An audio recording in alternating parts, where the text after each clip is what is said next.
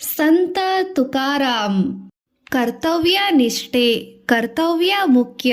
ತನ್ನ ರಾಜ್ಯದಲ್ಲಿ ಪರಮ ವೈರಾಗ್ಯ ಮೂರ್ತಿ ಸಂತ ಶಿರೋಮಣಿ ಇದ್ದುದು ಛತ್ರಪತಿ ಶಿವಾಜಿ ಮಹಾರಾಜರಿಗೆ ತಿಳಿಯಿತು. ಕೂಡಲೇ ಛತ್ರ ಚಾಮರ ಪಲ್ಲಕ್ಕಿಗಳ ಸಂಭ್ರಮದೊಡನೆ ಅವರನ್ನು ಕರೆದುಕೊಂಡು ಬರಲು ಮಂತ್ರಿ ಮಾನ್ಯರನ್ನು ರಾಜ್ಯ ಪರಿವಾರವನ್ನು ಕೊಟ್ಟು ಕಳುಹಿಸಿದರು. ಊರಿಗೆ ಊರೇ ಆನಂದ ಸಾಗರದಲ್ಲಿ ತೇಲಿ ಹೋಯಿತು. ಜೀಜಾಬಾಯಿ ಹಿರಿ ಹಿಗ್ಗಿದಳು. ಇನ್ನು ನಮಗೇನು ಕೊರತೆ? ಛತ್ರಪತಿ ಶಿವಾಜಿ ಮಹಾರಾಜರ ಆಶ್ರಯ ದೊರಕಿತು. ತಾಯಿ ಸರ್ವಮಂಗಳೆಯು ಕೊನೆಗೆ ನಮ್ಮ ಕೈ ಬಿಡಲಿಲ್ಲ ಎಂದು ಒಳಗೆ ಹೋಗಿ ದೀಪ ಹಚ್ಚಿ ನಮಸ್ಕರಿಸಿದಳು.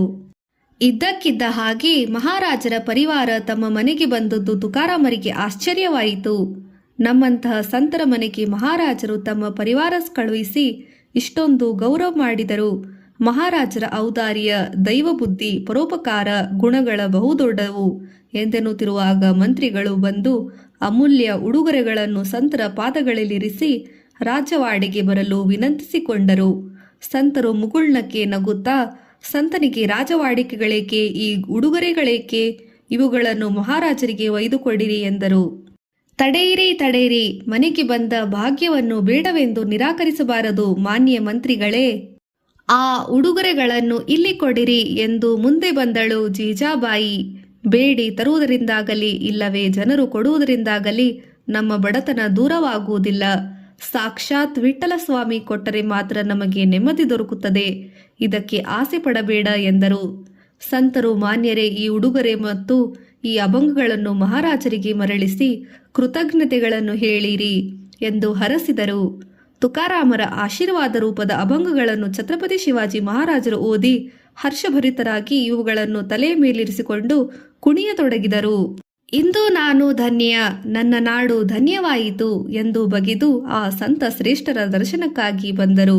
ಮಹಾತಿಯಾಗಿ ನಿಷ್ಠಾವಂತ ಪರೋಪಕಾರಿ ತುಕಾರಾಮರ ಪಾದ ಕಮಲಗಳಿಗೆ ನಮಿಸಿ ಈ ಭಕ್ತನ ಅಲ್ಪ ಕಾಣಿಕೆ ಸ್ವೀಕರಿಸಿ ಪುನೀತನನ್ನಾಗಿ ಮಾಡಬೇಕು ಎಂದು ಬೇಡಿಕೊಂಡರು.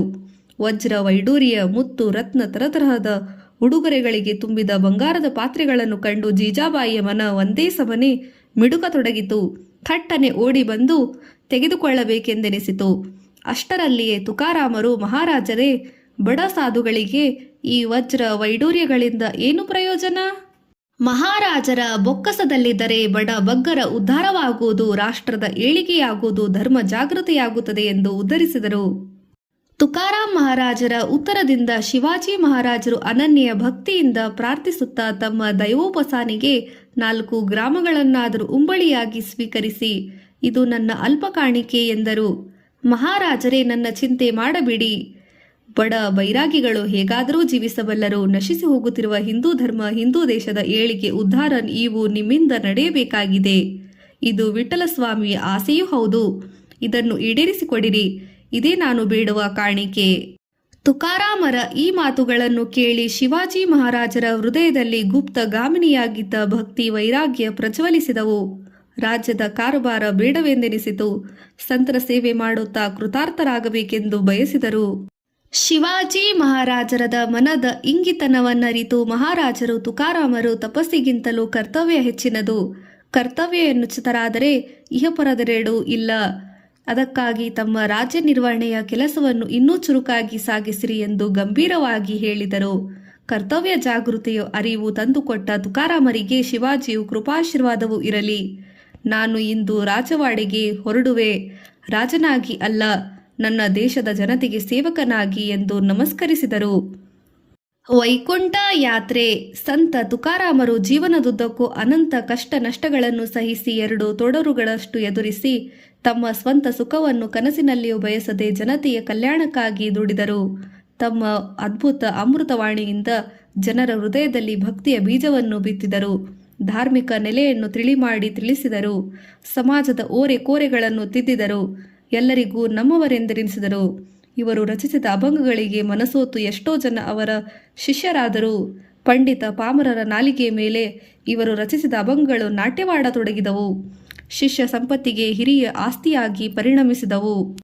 ತುಕಾರಾಮರಿಗೆ ತಮ್ಮ ಇಹಲೋಕ ವ್ಯಾಪಾರ ಮುಗಿಸಬೇಕೆಂದು ಬಯಕೆಯಾಯಿತು. ಶ್ರೀಹರಿಯ ಕರುಣೆಯೂ ಬಂದಿತು. ಒಂದು ದಿನ ತುಕಾರಾಮರು ತಮ್ಮ ಶಿಷ್ಯಕೋಟಿಗೆ, ನನ್ನ ಇಹಲೋಕ ಯಾತ್ರೆ ಮುಗಿಯಿತು, ನಾನು ಹೋಗುತ್ತೇನೆ, ಸುಖವಾಗಿ ಬಾಳಿರಿ. ಪರೋಪಕಾರ ಮಾಡಿರಿ. ಏನೂ ಅರಿಯದ ಜೀಜಾಬಾಯಿಯನ್ನು ನೋಡಿಕೊಂಡು ಹೋಗಿರಿ ಎಂದು ಹರಸಿದರು. ಮನೆಗೆ ಬಂದು ಜೀಜಾಬಾಯಿಗೆ, ನಾನು ವೈಕುಂಠಕ್ಕೆ ಹೊರಟಿರುವೆ, ನಿನ್ನನ್ನೂ ಕರೆದುಕೊಂಡು ಹೋಗುತ್ತೇನೆ, ಬರುವಿಯಾ ಎಂದು ಕೇಳಿದರು. ಆಕೆ ಮಕ್ಕಳು ಮರಿಗಳು ದನಕರುಗಳನ್ನು ಬಿಟ್ಟು ಹೇಗೆ ಬರಲಿ ಎಂದಳು. ತುಕಾರಾಮರು ಎಂದಿನಂತೆ ಇಂದ್ರಾಯಣಿ ನದಿಯಲ್ಲಿ ಸ್ನಾನ ಮಾಡುವಂತರಂತೆ ಇಳಿದು ಮುಂದಕ್ಕೆ ಹೋದರು. ನೀರಿನಲ್ಲಿ ಇಳಿದವರೇ ಕಾಣಲೇ ಇಲ್ಲ. ಕೆಲ ನಿಮಿಷಗಳಲ್ಲಿ ಆಕಾಶದಿಂದ ಅವರು ಹೊದ್ದುಕೊಂಡ ಕಂಬಳ, ಕೈಯಲ್ಲಿಯ ತಾಳ, ತಂಬೂರಿ ಕೆಳಗೆ ಬಿದ್ದವು ಎಂದು ಹೇಳುತ್ತಾರೆ. ಊರ ಜನರು ತುಕಾರಾಮರನ್ನು ಸಶರೀರವಾಗಿ ವೈಕುಂಠಕ್ಕೆ ಹೋದರು ಎಂದು ಭಕ್ತಿಯಿಂದ ತಲೆಬಾಗಿದರು ಎಂದು ಸಹ ಹೇಳುತ್ತಾರೆ. ತುಕಾರಾಮರು 1650ರಲ್ಲಿ ಈ ಜಗತ್ತನ್ನು ಬಿಟ್ಟಿರಬೇಕು. ಆಗ ಅವರಿಗೆ 42 ವರ್ಷ ವಯಸ್ಸು. ತುಕಾರಾಮರು ಒಂದು ಅಭಂಗ ಇದು. ಕೃಷ್ಣ ಮಾಝಿ ಮಾತಾ, ಕೃಷ್ಣ ಮಾಜಾ ಪಿತಾ, ತುಕಾಮಣಿ ಮಾಜಾ ಶ್ರೀಕೃಷ್ಣ ವಿಸಾವ. ಶ್ರೀಕೃಷ್ಣನೇ ನನ್ನ ತಾಯಿ, ಕೃಷ್ಣನೇ ನನ್ನ ತಂದೆ, ಕೃಷ್ಣನೇ ನನ್ನ ವಿಶ್ರಾಂತಿ ಹೀಗೆನ್ನುತ್ತಾರೆ ತುಕಾರಾಂ ಮಹಾರಾಜರು. ಇನ್ನೊಂದರ ಅರ್ಥ ಹೀಗೆ: ಇಂದು ವಿಠಲನ ಪಾದಗಳನ್ನು ಕಂಡು ಎಷ್ಟೋ ಪುಣ್ಯದ ಫಲವು. ಸಂತರು ನನ್ನನ್ನು ಕಾಪಾಡಿದರು. ಯಾವುದೋ ಲಾಭದ ವೇಳೆ ಇಂದು ಮಂಗಳ ದಿನ, ಎಷ್ಟೋ ಲಾಭವು ಹೀಗೆಂದರು ತುಕಾರಾಂ ಮಹಾರಾಜರು.